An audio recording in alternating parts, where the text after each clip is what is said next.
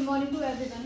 अभी तक आपने संविधान के बारे में काफी कुछ जाना, तो चलिए अब हम बात करते हैं संस्थागत व्यवस्थाओं के बारे में। संस्थागत व्यवस्था है, ये सुनकर आपके मन में सवाल उठा होगा कि संस्थागत व्यवस्थाएं होती क्या है। तो मैं आपको बताती हूँ। संस्थागत व्यवस्था है भारत के प्रमुख संस्थाओं को संतुलित रूप से व्यवस्थित करना है, यानी विधायिका, कार्यपालिका, न्यायपालिका। विधायिका जो कानून बनाती है, कार्यपालिका जो कानून को लागू करती है, और न्यायपालिका जो कानून को फॉलो करवाती है।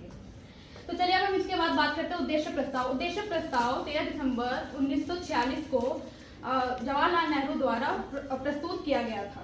इसमें कुछ प्रमुख बिंदु थे, जिनके प्रमुख बिंदु मैं आप लोगों के साथ साझा कर रही हूँ। पहला, भारत एक स्वतंत्र संप्रभु गणराज्य है। ब्रिटेन के अधिकार में आने वाले भारतीय क्षेत्र तथा भारत की देशी रियासतें और ऐसे क्षेत्र जो भारत के संघ का अंग बनना चाहते हैं, वो भारत के ही अंग है, यानी भारत एक संघ है। और तीसरा, अल्पसंख्यकों, दलित वर्ग और ऐसे दलित वर्ग, इनको सुरक्षा दी जाएगी, आरक्षण दिया जाएगा तथा भारतवासी सभी भारतवासियों में, सभी भारत में रहने वाले लोगों को आर्थिक, सामाजिक और राजनीतिक रूप से समानता प्राप्त होगा और अवसर की समानता सबको है। तो चलिए हम बात करते हैं भारत के संविधान के बारे में। भारत का संविधान जो अलग अलग देशों के अलग अलग देशों के संविधान के प्रावधान लिए गए हैं। पहला, ब्रिटेन से सर्वाधिक मत के आधार पर जीत का फैसला। तो दूसरा, सरकार का संसदीय स्वरूप, कानून बनाने की विधि। और इसके बाद हम बात करते हैं आयरलैंड की। आयरलैंड से हमने नीति निर्देशक तत्व लिए हैं। फ्रांस से हमने स्वतंत्र, समानता और बंधुत्व का सिद्धांत लिया है तथा हमने कनाडा से हमने एक अर्धसंघात्मक सरकार लिया है, परंतु हमारा जो केंद्र सरकार है वो अधिक शक्तिशाली है, क्योंकि ये भारत के लिए आवश्यक था। और हमने अवशिष्ट विषयों का सिद्धांत लिया। अवशिष्ट विषय क्या होते हैं? हमारे संविधान में 3 सूचियां, केंद्र सूची, राज्य सूची और संवर्ती सूची। केंद्र सूची के विषयों पर केंद्र सरकार कानून बना सकती है, राज्य सूची के विषयों पर राज्य सरकार कानून बना सकते हो, संवर्ती पर दोनों ही बना सकते हैं। परंतु जब दोनों के विचारों का मतभेद हो तो केवल केंद्र सरकार की ही बात मानी जाएगी। अवशिष्ट विषय वो विषय है जो तीनों ही सूचियों में नहीं आते, जो कंप्यूटर से रिलेटेड भी विषय अवशिष्ट विषय कहलाते हैं, उन पर भी कानून बनाने का अधिकार केंद्र सरकार को ही है।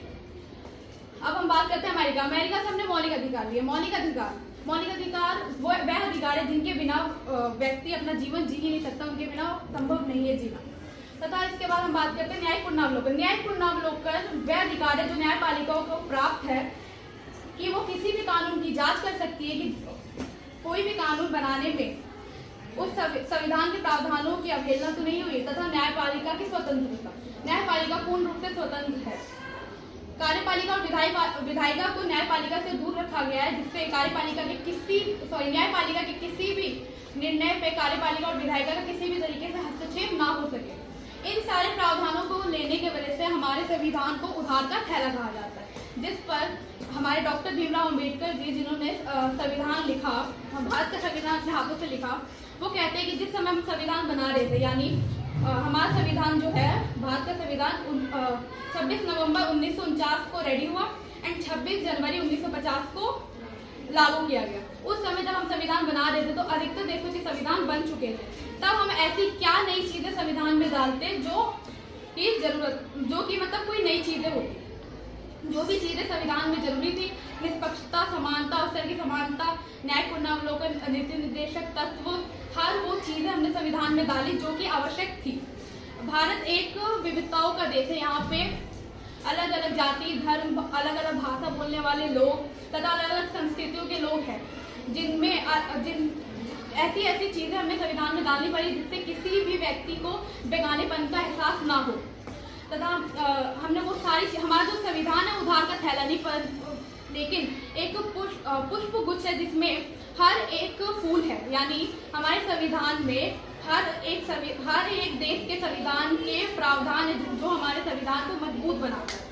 तो आशा करते होंगे कि अभी तक आप संविधान के बारे में काफी कुछ जान चुके होंगे और हमारे भारत के संविधान से आप लोग पूरे तरीके से रूबरू हो चुके होंगे।